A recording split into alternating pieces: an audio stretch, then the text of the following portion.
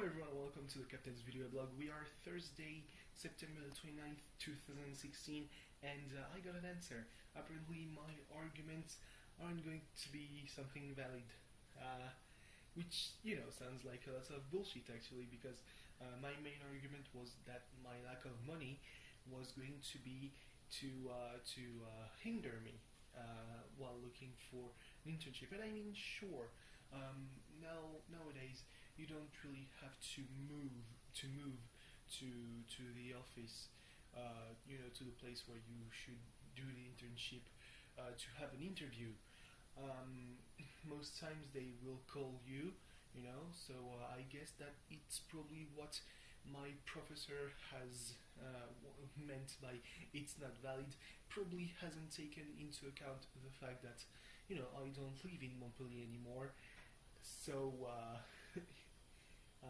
yeah, I actually have to move to do my internship. The only way I would not have to move would be if the internship is in the department, and probably, it would be complicated if it's not somewhere between Carcassonne and Narbonne, because that's literally the two places where I can go by bus in the morning.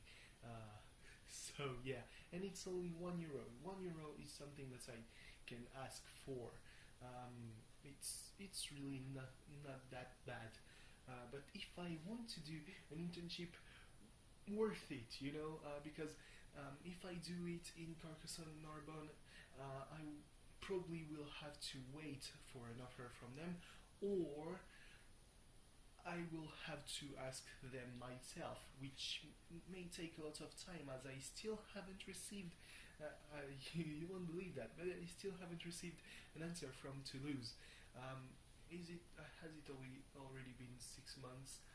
Yeah, actually, yeah. So I guess I should receive an answer pretty soon.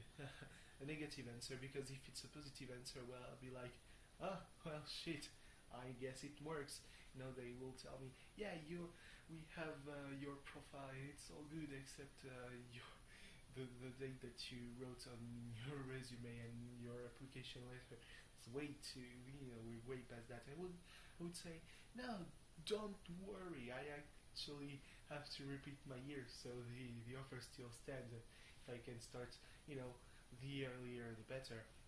If it's in Toulouse, that's something that I shouldn't probably say to my professor, but I can probably stay at my sister's place for a while, at least until, well, the first month of the first paycheck gets into my account.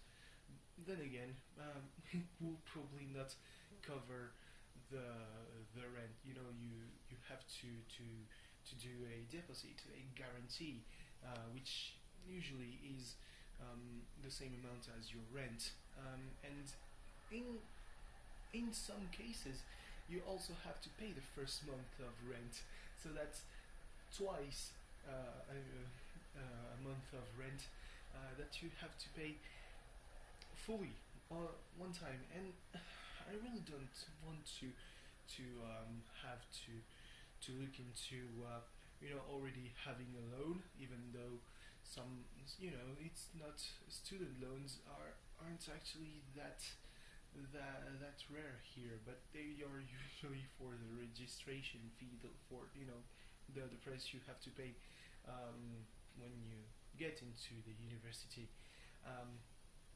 It's not for literally one of your last expenses when you are in that fucking system.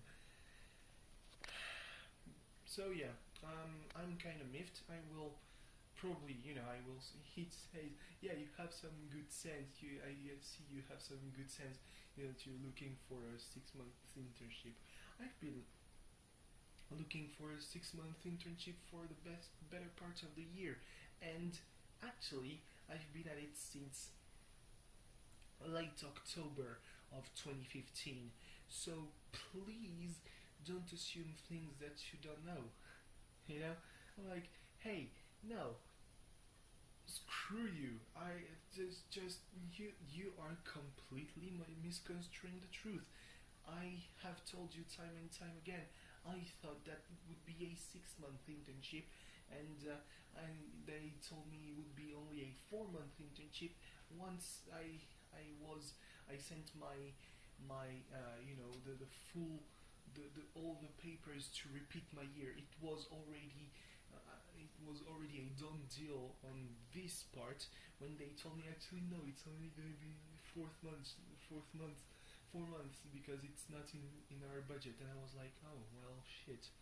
But yeah, uh, that's just the way it is, I guess.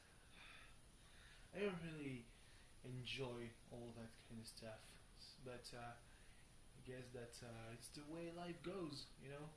Just like this week I think we're actually in the week between the two seasons, which falls pretty late actually. I don't remember autumn season last year starting in October. I'm talking about anime here. But maybe it's the case. I'm not sure. Back then, I watched anime pretty much the first thing I did because I still downloaded on my phone, so you had to watch so that I could actually have any kind of space, not to hinder too much the performances of my phone. So yeah, but yeah, I mean on a whim, I actually watched the end of Mob Psycho 100 because I had like episode 11, but I was like, well, shit, that's an important cliffhanger. So I guess I have to watch the last episode. That's the one thing I don't like to do. It's watch the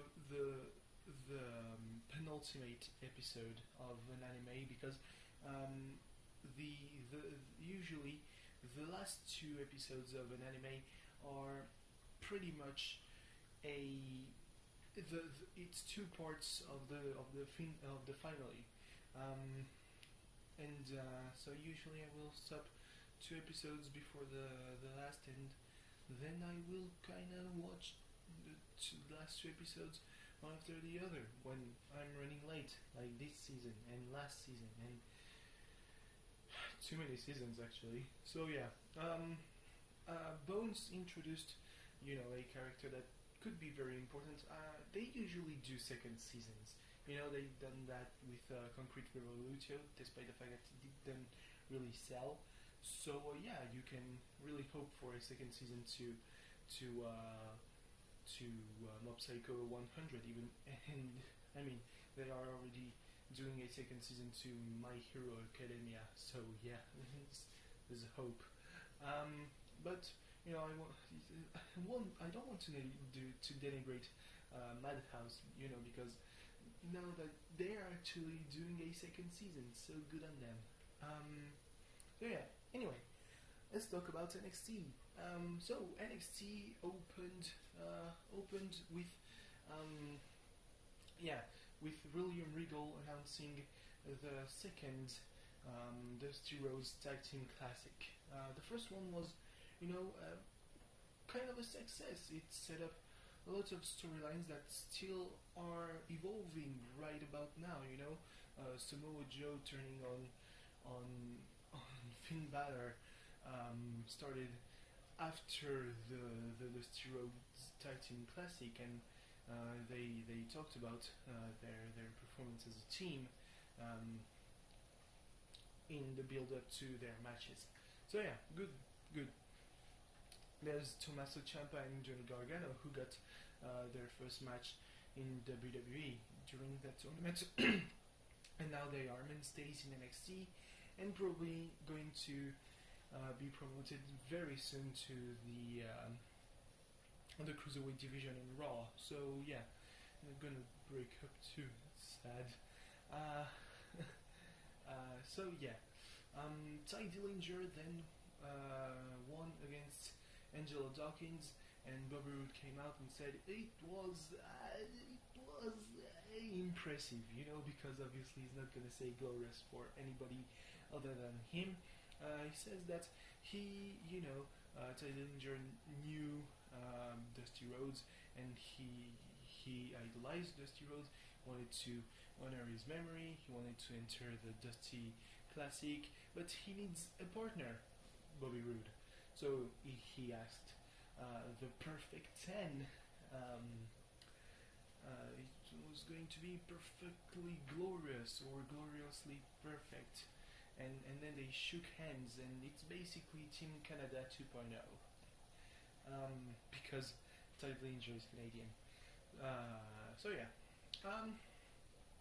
Next, I think there was a backstage segment with Hideo Itami saying that Austin Aries is a coward, a baby, and he will put him to sleep again. Hideo Itami speaks very well English right now. Well, not right now, but just now. Much better than when he debuted, when he still had to, he stumbled the word. My style is kick. Yeah. So I mean, it's really good to see him really form sentences. I mean, Shinsuke Nakamura does it because he's got some experience of coming to the United States already. So yeah, it doesn't really count. But Hideo Itami really improved, which is really good. I'm not sure that he can cut a maybe 5 or 10 minute promo, but that's not what we ask of him. So yeah, he's been announced being in a team with Kota Ibushi, because obviously you're gonna put the Japanese together in the Dusty Classic. I thought that Kota Ibushi wasn't going to be a full-time WWE wrestler, but looks like he's going to be, so good on him, I guess. Yeah, so then there was supposed to be a match between the Ealy brothers and the Revival, but then Samoa Joe came out and was like, oh boy, he's going to take out the Revival. And no, he didn't take out the Revival. He took out the Ealy brothers and did a quick work at that. And yeah, my path of destruction is going to continue unless William Regal's decisiveness improves.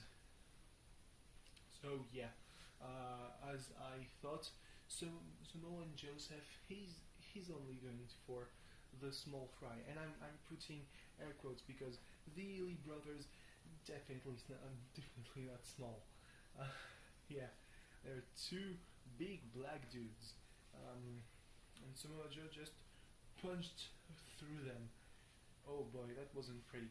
Talking about not pretty, Mandy Rose, actually called Mandy, not Macy. I don't know what happened to me.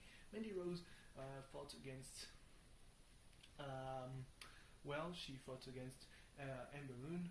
She fought what she could. She's got a nasty forearm, nasty bicycle kick, and then she ate the full brunt of Ember Rose's arsenal, with that top rope spinning, twisting stunner. Oh boy, it still looks hella dangerous. But yeah, actually impressed by Mandy Rose. Didn't expect that kind of aggression from her. She looked like a knockoff of Summer Rae, actually, but she actually looks like she can fight better than Summer Rae, so that's always an improvement. Yeah, then there was the Authors of Pain who destroyed the team. Yeah, didn't take long. Dumped over the top rope one of the two guys. That was brutal. So yeah, Paul Ellering said that their path of destruction is still not done. So I really believe him. There's no reason for me not to believe Paul Ellering. I probably should ditch the flag jackets because they look like the Shield, and that's not a good thing for them. That's they're going to be compared to the Shield, and that's not something you really want to do, because unless they are actually better than the Shield, that is just going to be a negative impact on their career. Yeah. So then Liv Morgan quickly tapped out to Asuka. She had, she slapped a bit, and then she she just dissolved into a puddle of humanity. Actually, she tapped out as Asuka was doing quick work of her shoulder, probably dislocating it. That was not fun to watch. And then Asuka said, "Yeah, nobody's ready for Asuka," and I really believe that. And the main event was Lince Dorado versus Hideo Itami. Hideo Itami won with the GTS. Wonderful match from Lince Dorado, who is impressive as a luchador, but also impressive technically, very sound.